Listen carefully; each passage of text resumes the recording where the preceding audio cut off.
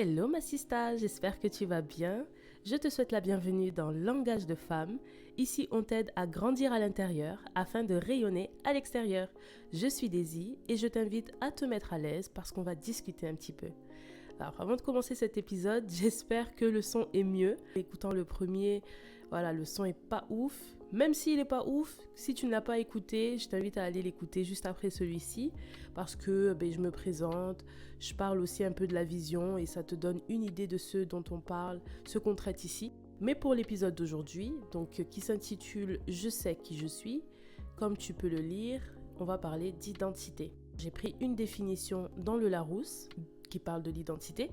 Donc c'est le caractère permanent, fondamental de quelqu'un, d'un groupe qui fait son individualité, sa singularité. Si je te demande de te présenter, quels sont les éléments que tu jugeras pertinents, qui vont justement définir ton individualité, qui vont définir ta singularité?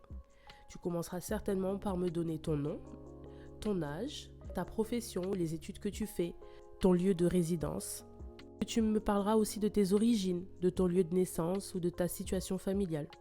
C'est déjà une base, c'est une bonne base, mais même après cette présentation, en vrai, on ne se connaît pas vraiment. Dans le premier épisode, j'ai fait la même chose. Je me suis présentée parce que je jugeais que c'était quand même important et j'ai cité ces mêmes éléments. Donc j'ai donné mon nom, mon âge, mes études, etc. Et je me suis rendu compte que déjà, c'est pas un exercice facile. On veut être concis, mais en même temps, il faut qu'on soit complet et que ce soit des informations pertinentes.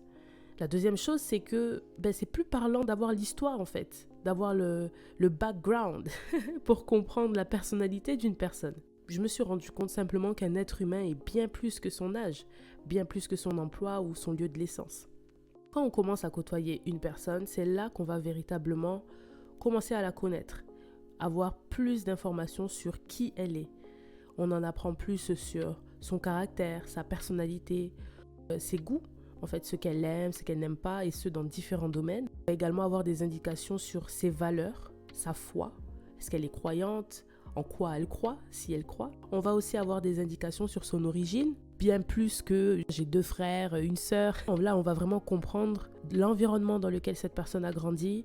On va avoir des informations sur l'éducation qu'elle a reçue, sur les liens familiaux qu'elle entretient. Voilà, est-ce que cette personne a vécu avec son père? Est-ce qu'elle parle toujours à sa mère, à sa sœur? Enfin voilà.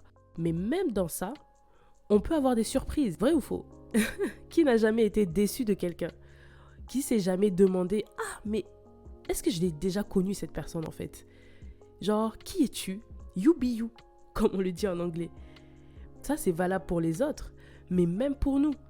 Qui s'est jamais vraiment posé de questions sur genre sa propre réaction? T'as jamais été choqué un jour, genre t'as une situation et tu te dis mais oh, c'est moi qui réagis comme ça? Qui n'a jamais été choqué de ce qu'elle a accepté? Tu te dis mais attends, comment moi j'ai pu accepter ça? Qui n'a jamais été choqué de ses propres paroles? L'être humain est plein de facettes et certaines sont meilleures et d'autres sont bien plus sombres. Après, tout le monde joue plus ou moins un rôle. Oui, je sais, il y en a qui vont crier au scandale. J'ai pas dit tu es faux. Mais, par exemple, la personne que tu es au travail n'est pas celle que tu es en famille. Celle que tu es en famille n'est pas celle que tu es avec tes amis. Celle que tu es avec tes amis est différente aussi de celle que tu es avec des inconnus. C'est pas forcément que tu es fausse, mais c'est qu'il y a des normes sociales. Il y a le respect, par exemple, des aînés qui vont faire que tu vas parler peut-être différemment que lorsque tu parles avec tes amis. C'est ce qui va te faire un petit peu moduler ta personnalité. Et ça, c'est normal. Il y a aussi le facteur du temps qui est à prendre en compte. Ce qui était vrai hier ne l'est pas forcément aujourd'hui. Ça aussi, c'est normal. En évoluant, en grandissant, tes goûts vont changer. Peut-être que tes croyances aussi vont changer. Ta personnalité peut se développer. Je connais certaines personnes qui sont passées de très réservées, voire timides, à beaucoup plus extraverties, par exemple. Ça, c'est normal parce que l'être humain est en constante évolution. D'ailleurs, il y a un adage qui dit qu'il n'y a que les imbéciles qui ne changent pas d'avis. Maintenant, surtout de nos jours avec l'ère des réseaux sociaux, on va avoir des personnes qui vont jouer un rôle, mais qui est totalement aux antipodes de leur propre personnalité. Et ça, dans le but de s'adapter aux normes, de s'adapter aux trends. Ça, c'était vrai aussi avant les réseaux sociaux. Moi, je sais qu'à l'ancienne, au collège et tout ça, je ne sais pas si toi, tu as connu cette amie-là. Bon, je dis cette amie, mais en vrai, c'était jamais mes amis. Mais tu avais toujours une fille qui voulait plaire à tout le monde. Il y avait une go aussi qui aimait toujours se faire voir. Il y a des gars, sa voix, elle change. Son comportement change en tant quand vous êtes vous deux là. C'est deux personnes différentes. Ça, non, on n'est pas dans la norme sociale, dans le machin. Là, on est dans un vrai signe d'instabilité. On voit que le regard des gens aussi peut affecter ta personnalité. Parce que même s'il y a de légères variations qui sont dues aux normes sociales, comme je l'expliquais avant, à un entretien, on ne va pas parler comme on parle à la maison. Ou même quand on a fini l'entretien et qu'on est embauché, on ne parle pas de la même manière avec notre patron. Mais il y a quand même une constante. La personne que tu as embauchée n'est pas l'opposé de la personne qui est maintenant embauchée. Sinon là, vraiment, c'est un trouble. Donc la question, moi, que je voulais poser, c'est qui es-tu? Qui es-tu? Cette question, elle semble anodine. On a tellement l'habitude de se présenter. Pourtant, elle est déterminante pour ta vie. Ce qui est intéressant avec cette question, c'est que de base, elle te concerne toi. Et pourtant, beaucoup de personnes vont y répondre à ta place. Tes parents, ta famille, tes amis, ton école. Que quand je dis ton école, je parle des professeurs, des surveillants. Même la conseillère d'orientation, elle a dit des choses sur toi. Ton environnement professionnel aussi, quand tu vas commencer à travailler, tes collègues de travail, ton patron, ils vont dire des choses par rapport à ta personnalité. Il y a aussi des connaissances, c'est-à-dire des personnes qui t'ont vu une ou deux fois dans leur vie qui vont dire qui tu es. Même des parfaits inconnus vont se permettre de parler de ta personnalité, de ta personne. Et ça, dès ton plus jeune âge. Donc, étant petit, tu vas croire en fait. Si tes parents disent une chose sur ta personnalité, sur ta personne, tu vas croire que c'est vrai. Et tu vas évoluer en direction de ce qui a été dit de toi. Malheureusement, si tu n'as pas grandi dans un très bon environnement, c'est pas tes parents qui vont avoir dit des choses mauvaises sur ta vie, mais c'est plutôt des mensonges du malin qui vont vraiment pénétrer ta personne et du coup influencer ta personnalité. Malin, j'emploie ce terme à dessein, parce qu'il va aussi te faire croire que l'idée dépréciative que tu as de toi vient de toi. Ça me fait penser à Pierre, je parle de l'apôtre dans la Bible, qui avait été inspiré par l'ennemi lorsque Jésus lui disait qu'il devait souffrir, qu'il devait aller à la croix et tout ça. Pierre lui a répondu que voilà, n'en déplaise à Dieu, cela ne t'arrivera pas. Qu'est-ce que Jésus lui a répondu? Il lui a répondu, arrière de moi Satan, car tes pensées ne sont pas les pensées de Dieu, elles sont les pensées des hommes. Ça veut dire qu'en fait, Satan, il vient, il pénètre tes pensées. Tu as l'impression que c'est toi qui as pensé ça. C'est pour ça qu'il ne faut surtout pas laisser le diable te définir. Alors comment ne pas se laisser définir par le diable? Tu pourras me poser comme question. Déjà, il faut que tu te connaisses réellement. Il faut que tu te connaisses réellement. Comme je l'ai dit au début de ce podcast, tu apprends à connaître une personne en la côtoyant. Il faut que tu te côtoies en fait. Il faut que tu passes du temps avec toi. Ça, c'est la première des choses. Si tu es tout le temps entouré, comment est-ce que tu vas apprendre à te découvrir? Il faut aussi laisser le temps au temps. Comme je disais, pareil, il y a des choses qui étaient vraies hier qui ne le sont pas aujourd'hui. Donc, il faut te laisser le temps de grandir. Mais même ça, ce n'est pas à 100% fiable parce que c'est déjà arrivé que effectivement tu sois surprise de toi-même. Et des fois, il y a des situations qu'on a vécues qui ont marqué un trait de personnalité en nous et qu'on a oublié, qu'on a enfoui. C'est important de vraiment rentrer en profondeur, de faire des véritables introspections, comme je disais, passer du temps avec soi-même pour essayer de se connaître. Quand on est, en fait, on choisit même pas son sexe. Déjà, ça commence là. Tu choisis pas ton sexe, tu choisis pas ta couleur de peau, tu choisis pas ton pays, tu choisis pas la famille dans laquelle tu débarques. Pour prendre ma propre expérience avec la maternité, la seule chose qu'on a réellement choisi avec leur papa, c'est leur nom. J'ai 3 enfants, donc on a juste choisi leur nom. Et encore, même quand on a choisi le nom là, on n'a pas choisi ça au hasard. Mais le reste, en fait, tu le découvres. Moi, je me souviens quand j'étais enceinte, t'as hâte en fait de découvrir le visage de l'enfant. Tu sais pas à quoi il va ressembler. T'as hâte même de découvrir un peu la personnalité parce que d'un enfant à l'autre, c'est pas du tout la même chose, c'est pas la même expérience. Même si on peut dire que voilà, je me connais un minimum, en vrai de vrai, on se connaît pas à 100%. On se connaît pas à 100%. On peut oublier des situations qui nous ont marqués.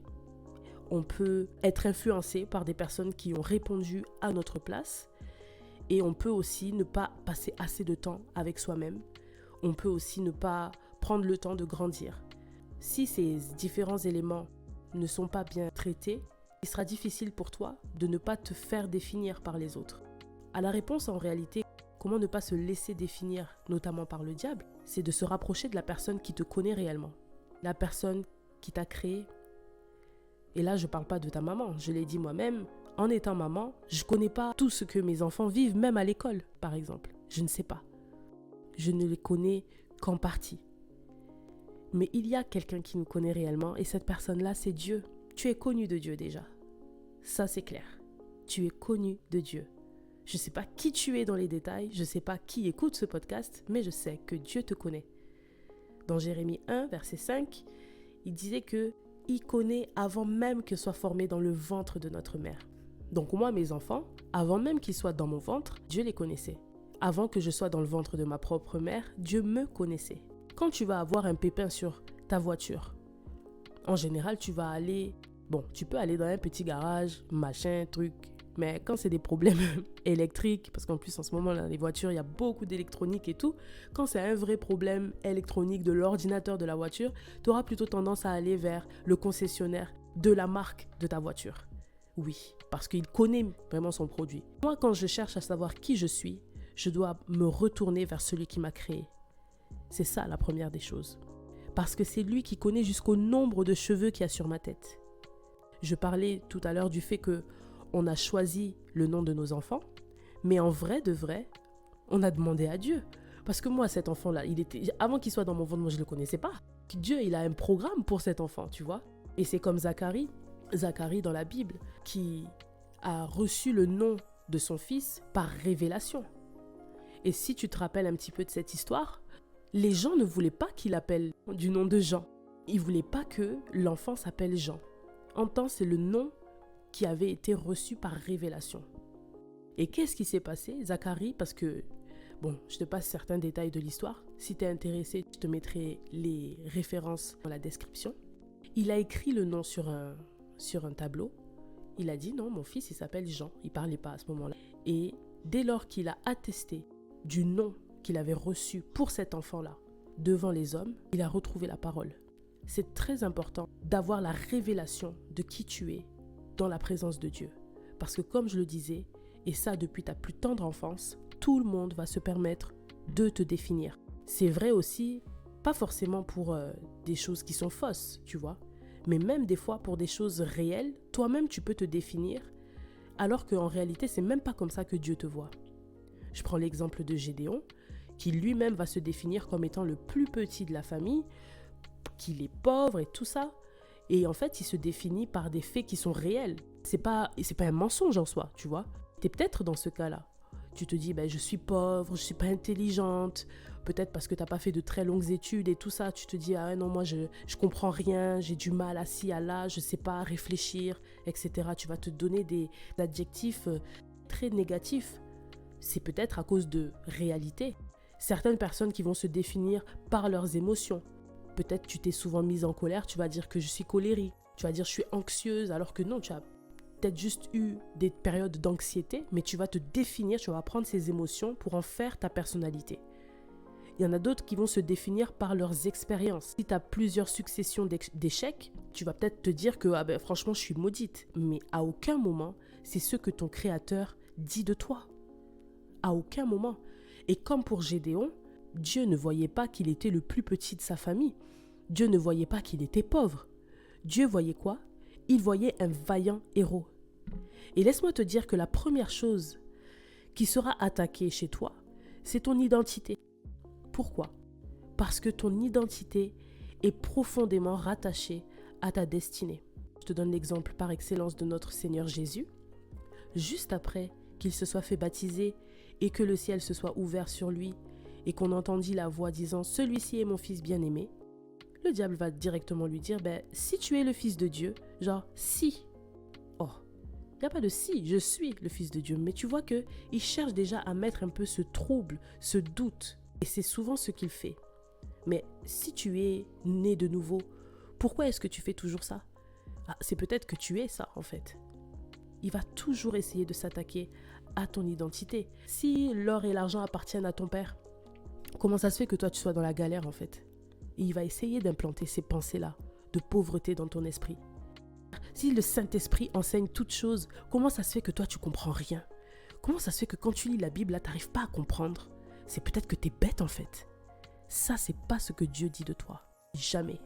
Même si, par exemple, tu portais un nom qui te définissait de manière négative pour t'éloigner justement de ta destinée, Dieu veut et Dieu peut changer ton nom parce que tu es son ouvrage.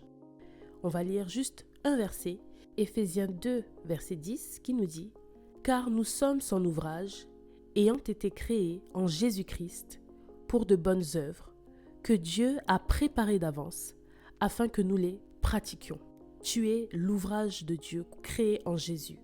Peut-être que oui, tu es passé par des situations difficiles qui ont voulu te façonner. La galère qui a voulu te façonner. Des mauvaises expériences amoureuses, amicales et tout qui ont voulu te façonner aussi.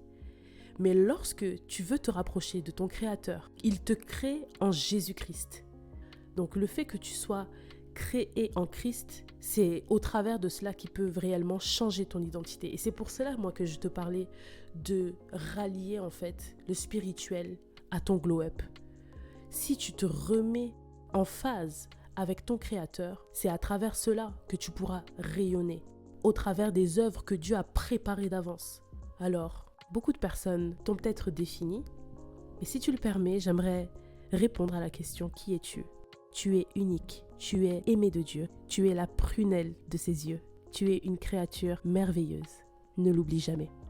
C'est tout pour l'épisode d'aujourd'hui. J'espère que ça t'aura fait le plus grand bien. En tout cas, moi, ça m'a fait du bien de me rappeler tout ce que je suis pour Dieu, tout ce que je suis, tout court. J'espère que c'est le cas aussi pour toi. N'hésite pas à partager cet épisode avec une personne que tu as envie de bénir et de chérir. Une personne à qui tu as envie de rappeler qu'elle est aimée, qu'elle est merveilleuse, qu'elle est magnifique. Et nous, on se retrouve lundi prochain, hein, voilà, déjà quoi. On se retrouve lundi prochain pour un tout nouvel épisode et j'ai déjà hâte. Oh my!